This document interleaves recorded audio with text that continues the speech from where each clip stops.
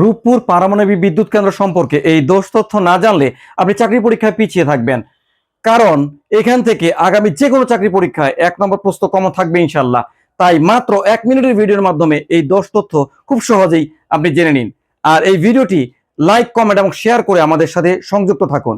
আর এই ধরনের সাধারণ জ্ঞানের আপ টু ডেট ভিডিও পেতে পেজটিতে এখনই ফলো দিয়ে রাখুন। So let's get started.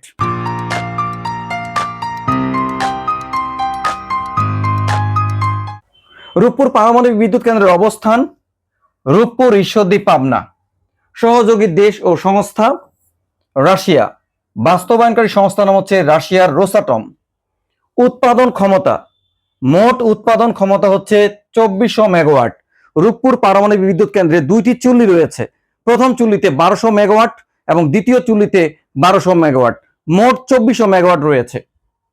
বিশ্বের অবস্থান, পরমাণু শক্তি ব্যবহারকারীর দিক দিয়ে বাংলাদেশের অবস্থান হচ্ছে 33তম।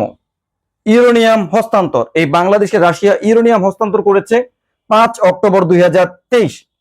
মূল জ্বালানি, আমরা জানি যে পারমাণবিক বিদ্যুৎ কেন্দ্রের মূল জ্বালানি হচ্ছে ইউরেনিয়াম 235। রূপপুর পারমাণবিক বিদ্যুৎ কেন্দ্রের স্থায়িত্বকাল ভেরি ভেরি ইম্পর্টেন্ট, 60 বছর। মূল নকশা অনুযায়ী রূপপুর পারমাণবিক বিদ্যুৎ কেন্দ্রের স্থায়িত্বকাল হচ্ছে 60 বছর। জাতীয় গ্রিডে যুক্ত হবে, রূপপুর পারমাণবিক বিদ্যুৎ কেন্দ্রের বিদ্যুৎ আমাদের জাতীয় গ্রিডে যুক্ত হবে 2026 সালের শুরু থেকে পরীক্ষামূলকভাবে সরবরাহ হবে।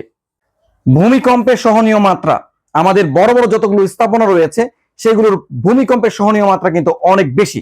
তাই রূপপুর পারমাণবিক বিদ্যুৎ কেন্দ্রের ভূমিকম্পের সহনীয় মাত্রা হচ্ছে রিক্টার স্কেলে প্রায় 8 মাত্রার। সাফল্যের মাইল ফলক, দক্ষিণ এশিয়ায় আমাদের পারমাণবিক বিদ্যুতের দিক দিয়ে বাংলাদেশ হচ্ছে দ্বিতীয়, প্রথম হচ্ছে ভারত।